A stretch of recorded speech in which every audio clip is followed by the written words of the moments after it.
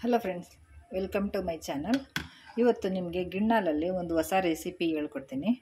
ಏನಂದರೆ, ಮಾಮೂಲಿ ಯಾವಾಗಲೂ ನಾವು ಫಸ್ಟ್ ಹಾಲಲ್ಲಿ ಕೇಕ್ ಎಲ್ಲ ಮಾಡ್ತೀವಲ್ವ, ಕೇಕ್ ಮಾಡ್ತೀವಿ ಮತ್ತು ಎರಡನೇ ಮೂರನೇ ಹಾಲಲ್ಲಿ ಅವಲಕ್ಕಿ ಹಾಕ್ಬಿಟ್ಟು ಹಳ್ಳಿಗಳ ಕಡೆ ನಾವು ಮಾಡ್ತೀವಿ.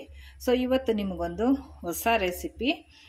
ಗಿಣ್ಣಾಲಲ್ಲಿ ಈ ಥರ ಹಾಲನ್ನ ನಾವು ಒಡಿಸ್ಕೊಂಡು ಇದನ್ನು ಸ್ಟ್ರೈನ್ ಮಾಡ್ಕೋಬೇಕು, ಸೋಸ್ಕೋಬೇಕು. ಇದನ್ನು ಮಾತ್ರ ತಗೋಬೇಕು. ಇಲ್ಲಿ ನಾನು ಆಲ್ರೆಡಿ ಈ ಥರ ಮಾಡಿಟ್ಟಿದ್ದೀನಿ, ಸೋಸ್ಬೇಕು. ಇವಾಗ ಕಾಯಕ್ಕಿಟ್ಟು ಇದು ಆಗಿದೆ ನೋಡಿ. ಇದು ಈ ಥರ ಪನ್ನೀರ್ ಥರ ಬರಬೇಕು. ಇದನ್ನು ಸೋಸೋಣ ಇವಾಗ. ಇದಕ್ಕೆ ಬೇಕಾಗಿರೋದು 1 ಸ್ಪೂನ್ ಏಲಕ್ಕಿ ಪುಡಿ ಮತ್ತು ಇಲ್ಲಿ ಕಡಲೆ ಬೀಜ ಸ್ವಲ್ಪ. ಈಗ ಕಡಲೆ ಬೀಜನ ನಾವಿಲ್ಲಿ ಹುರ್ಕೊಂಡು ಸ್ವಲ್ಪ ತರ್ತರಿಯಾಗಿ ಗ್ರೈಂಡ್ ಮಾಡ್ಕೋಬೇಕು. ಜಾಸ್ತಿ ನುಣ್ಣಗೆ ಮಾಡಬಾರ್ದು. ಈಗ ಇಲ್ಲಿ ಹುರ್ಕೊಳ್ಳೋಣ. ಕಡಲೆ ಬೀಜ ಹುರಿದಾಗಿದೆ. ಈಗ ಇದ್ರ ಮೇಲಿರೋ ಹೊಟ್ಟೆಲ್ಲ ತೆಗೆಯೋಣ. ಹೊಟ್ಟೆ ತೆಗೆದಾದ್ಮೇಲೆ ಇದೇ ಪಾತ್ರೆಯಲ್ಲಿ ಒಂದು ಚಿಕ್ಕ ಗ್ಲಾಸ್ ನೀರು ಇದು ಬೆಲ್ಲನ ಪಾಕಕ್ಕೆ ಇಡಬೇಕು ನೋಡಿ ಸರ್. ಅದೇ ಪಾತ್ರೆ ಇಟ್ಟಿದ್ದೀನಿ. ಈಗ ಇಲ್ಲೊಂದು ಚಿಕ್ಕ ಗ್ಲಾಸು ನೀರು ಏನ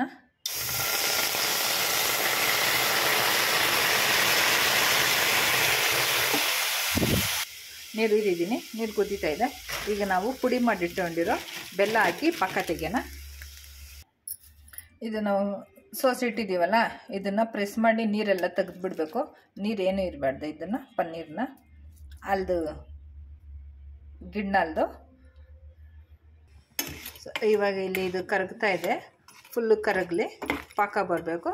ಈಗ ನಾವು ಕಜ್ಜಾಯಿಗೆಲ್ಲ ಮಾಡಿದಾಗ ಪಾಕ ಬಂದಾಗ ನೀರೆಲ್ಲ ಹಾಕಿದ್ರೆ ಗುಡ್ಡೆ ಕಟ್ತದಲ್ಲ, ಆ ಥರ ಇದು ಕಟ್ಟಬೇಕು. ಅಂಥವರೆಗೂ ಇದನ್ನು ಸ್ವಲ್ಪ ಪಾಕ ತೆಗಿಟ್ಬಿಡೋಣ.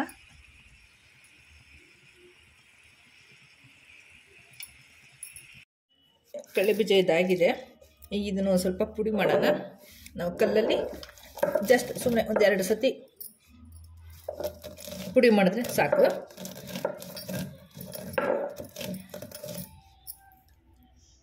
ನೋಡಿ ಇದಾಗಿದೆ.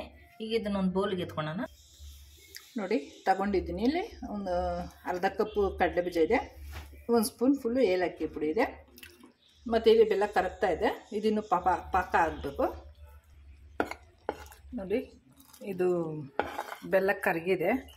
ಇವಾಗ ನಾವು ಪಾಕ ಹೆಂಗೆ ನೋಡೋದಂದರೆ, ಇದಿನ್ನೂ ಆಗಬೇಕು. ಇನ್ನೂ ನಮ್ಗೆ ಕ್ಲಿಯರಾಗಿ ಗೊತ್ತಾಗಬೇಕಂದ್ರೆ ಇದನ್ನು ಸ್ವಲ್ಪ ನಾವು ನೀರು ತಗೊಂಡಿರ್ತೀವಲ್ಲ ನೋಡಿ, ಇಲ್ಲಿ ನೀರು ತಗೊಂಡಿದ್ದೀವಲ್ಲ, ಇದ್ರಕ್ಕೆ ಹಾಕಬೇಕು. ಇದಕ್ಕೆ ಹಾಕಿ ನೋಡಿ, ಇದಾಗಿದೆ ಪಾಕ. ಕಾಣ್ತಾ ಇದೆಯಾ ನೋಡಿ. ಹಂಗೆ ನೀರೆಲ್ಲ ಹಾಕಿದ್ರೆ ಗೆಡ್ಡೆ ಕಟ್ಕೋತಾ ಇದೆ. ಸೊ ಇವಾಗ ಆಗಿದೆ. ಇದಕ್ಕೆ ನಾವು ಸೋಸ್ಕೊಂಡಿರ್ತೀವಲ್ಲ, ಇದನ್ನ ಹಾಕಿ ಕಲಿಸ್ಬೇಕು.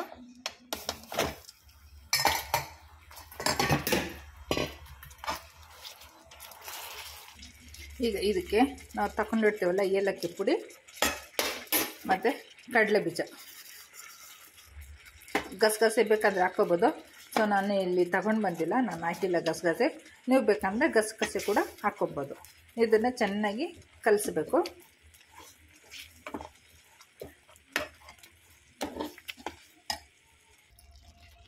ನೋಡಿ ಫ್ರೆಂಡ್ಸ್, ಇದಾಗಿದೆ. ಎಲ್ಲ ಸ್ಪ್ರೆಡ್ ಆಗಿದೆ ಕ್ಲೀನಾಗಿ. ಇದು ನಾವು ಬಿಸಿ ಕಾಯಿಸ್ತಾ ಇದ್ದರೆ ಅದು ಹಾಗೆ ಪಾಕ ಬರ್ತಾನೆ ಇರ್ತದೆ. ಸೊ ಇದು ಫುಲ್ಲು ರೆಡಿ ಆದಮೇಲೆ ಇವಾಗ ಸ್ಟವ್ ಆಫ್ ಮಾಡಿ ಒಂದು ಪ್ಲೇಟ್ಗೆ ತುಪ್ಪ ಆದರೂ ಹಾಕ್ಕೋಬೋದು. ಈ ಥರ ಒಂದು ಪ್ಲೇಟ್ಗೆ ನೀವು ತುಪ್ಪ ಆದರೂ ಹಾಕ್ಕೋಬೋದು. ತುಪ್ಪ ತಿನ್ನೋರು ತುಪ್ಪ ಹಾಕ್ಕೊಳ್ಳಿ. ಸೊ ನಾನಿಲ್ಲಿ ಎಣ್ಣೆ ಹಾಕ್ಬಿಟ್ಟು ಅದ್ರ ಮೇಲೆ ಸ್ಪ್ರೆಡ್ ಮಾಡ್ತೀನಿ, ಹರಡ್ತೀನಿ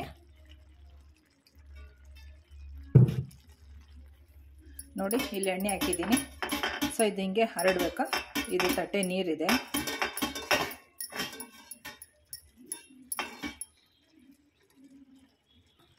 ಇದು ಸ್ಟವ್ ಆಫ್ ಮಾಡೋಣ. ಆಫ್ ಆಗಿದೆ. ಈಗ ಇದು ಸ್ವಲ್ಪ ತಣ್ಣಗಾಗಕ್ಕೆ ಅದರಲ್ಲಿ ಹಾಕಿ ತಟ್ಟೆಯಲ್ಲಿ ಹಾಕಿಡೋಣ. ಸೊ ನೋಡಿ ಫ್ರೆಂಡ್ಸ್, ತಟ್ಟೆನಲ್ಲಿ ಹಾಕಿ ಫುಲ್ಲು ಹರಡಿದೆ. ಇದೊಂದು 10 ನಿಮಿಷ ಗಟ್ಟಿ ಆಗುತ್ತೆ. ತಣ್ಣಗಾದ್ಮೇಲೆ ನಾವು ಇದನ್ನು ಚಾಕ್ಲೇಟ್, ಈಗ ಕಡಲೆ ಬೀಜ ಚಿಕ್ಕಿ ಬರ್ತದಲ್ಲ, ಆ ಥರ ಕಟ್ ಮಾಡಿ ತಿನ್ಬೋದು. ಸೊ ಮಕ್ಳಿಗೂ ಕೊಡಿ. ಎಳೆ ಮಕ್ಳಿಗೆ ಕೊಡಬೇಡಿ, ಏಕೆಂದರೆ ಗಿಣ್ಣಾಲ್ದಲ್ವಾ, ಕೋಲ್ಡ್ ಆಗುತ್ತೆ. ಸ್ವಲ್ಪ ದೊಡ್ಡ ಮಕ್ಕಳಿಗೆ, ಒಂದು 6-7 ವರ್ಷ ಮೇಲ್ಪಟ್ಟ ಮಕ್ಕಳಿಗೆ ಆರಾಮಾಗಿ ಕೊಡ್ಬೋದು. ಮಕ್ಕಳಿಗೆ ಕೊಟ್ಟರೆ ಬೆನ್ಮೂಳೆ ಎಲ್ಲ ಗಟ್ಟಿ ಆಗುತ್ತೆ. ಸೊ ಗಿಣ್ಣಲ್ಲಿ ಸಿಕ್ಕೋವಾಗ ಈ ಚಾನ್ಸಲ್ಲಿ ನಾವು ತಿನ್ನಬೇಕಾಗತ್ತೆ, ಯಾಕಂದರೆ ಅದರಲ್ಲಿ ಎಷ್ಟೋ ವಿಟಮಿನ್ಸ್ ಇರುತ್ತೆ. ಸೊ ಎಲ್ಲರಿಗೂ ಒಳ್ಳೆಯದು. ಬಾಣಂತಿರು ಮಾತ್ರ ಯಾವ ಕಾರಣಕ್ಕೂ ತಿನ್ನೋಕೆ ಹೋಗ್ಬಾರ್ದು. ಮತ್ತು ಎಳೆ ಮಕ್ಕಳು ಇರೋರು, ಹಾಲು ಕುಡಿಸೋರು, ಎದೆಯಲ್ಲಿ ಕುಡಿಸೋರು ಅದು ಯಾರು ತಿನ್ನೋಕೆ ಹೋಗ್ಬಾರ್ದು. ಸೊ ಇದಿಷ್ಟು ರೆಡಿಯಾಗಿದೆ ಫ್ರೆಂಡ್. ಇದು ಗಟ್ಟಿ ಆದಮೇಲೆ ತೋರಿಸ್ತೀನಿ. ಒಂದು 10 ನಿಮಿಷ ಬಿಟ್ಟರೆ ಗಟ್ಟಿ ಆಗುತ್ತೆ. ಒಂದು 20 ನಿಮಿಷ ಬಿಡೋಣ. ನೋಡಿ ಫ್ರೆಂಡ್ಸ್, ಈಗ ಇದು ರೆಡಿಯಾಗಿದೆ. ಈಗ ಇದನ್ನು ಕಟ್ ಮಾಡಿ ನೋಡಿ ಈ ಥರ. ತಿನ್ನೋ ಸ್ವಲ್ಪ ಗಟ್ಟಿ ಆಗಬೇಕು. ಸೊ ನೀವು ಜಾಸ್ತಿ ಹೊತ್ತು ಫ್ರೀಝರಲ್ಲಿಟ್ಟರೆ ಗಟ್ಟಿ ಆಗುತ್ತೆ. ಬರ್ಫಿ ಥರ ಕ್ಲೀನಾಗಿ ಬರ್ತೈತೆ, ತಿನ್ಬೋದು. ನೋಡಿ ಫ್ರೆಂಡ್ಸ್, ಇದು ಎಷ್ಟು ಚೆನ್ನಾಗಿ ಬಂದಿದೆ ಕಾಣ್ತಾ ಇದೆಯಾ?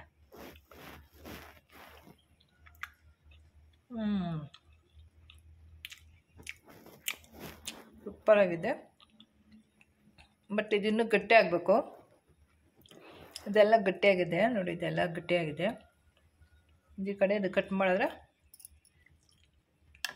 ಚಿಕ್ಕಿ ಥರ ಬರುತ್ತೆ ಫ್ರೆಂಡ್. ಟೇಸ್ಟು ಸೂಪರ್ ಚಿಕ್ಕಿ ಥರನೇ ಇದೆ. ನೀವು ಒಂದು ಸತಿ ಟ್ರೈ ಮಾಡಿ, ಓಕೆನಾ? ಗಿಣ್ಣಲ್ಲಿ ಸಿಕ್ಕಿದ್ರೆ ಇದೇ ಥರ ಟ್ರೈ ಮಾಡಿ. ಈಸಿಯಾಗಿ ಮಾಡ್ಬೋದು. ಕೇವಲ ಕಮ್ಮಿ ಸಾಮಗ್ರಿಯಲ್ಲಿ ಬೇಗನೆ ಈ ಸ್ವೀಟ್ನ ಮಾಡ್ಕೊಂಡು ತಿನ್ಬೋದು. ಓಕೆ ಫ್ರೆಂಡ್ಸ್, ಈ ವಿಡಿಯೋ ಇಷ್ಟ ಆದರೆ ಲೈಕ್ ಮಾಡಿ. ಹೊಸಬರು ನೋಡ್ತಾ ಇದ್ದರೆ ನನ್ನ ಚಾನಲ್ನ ಪ್ಲೀಸ್ ಸಬ್ಸ್ಕ್ರೈಬ್ ಮಾಡ್ಕೊಂಡು ವಿಡಿಯೋ ನೋಡಿ. Thanks for watching.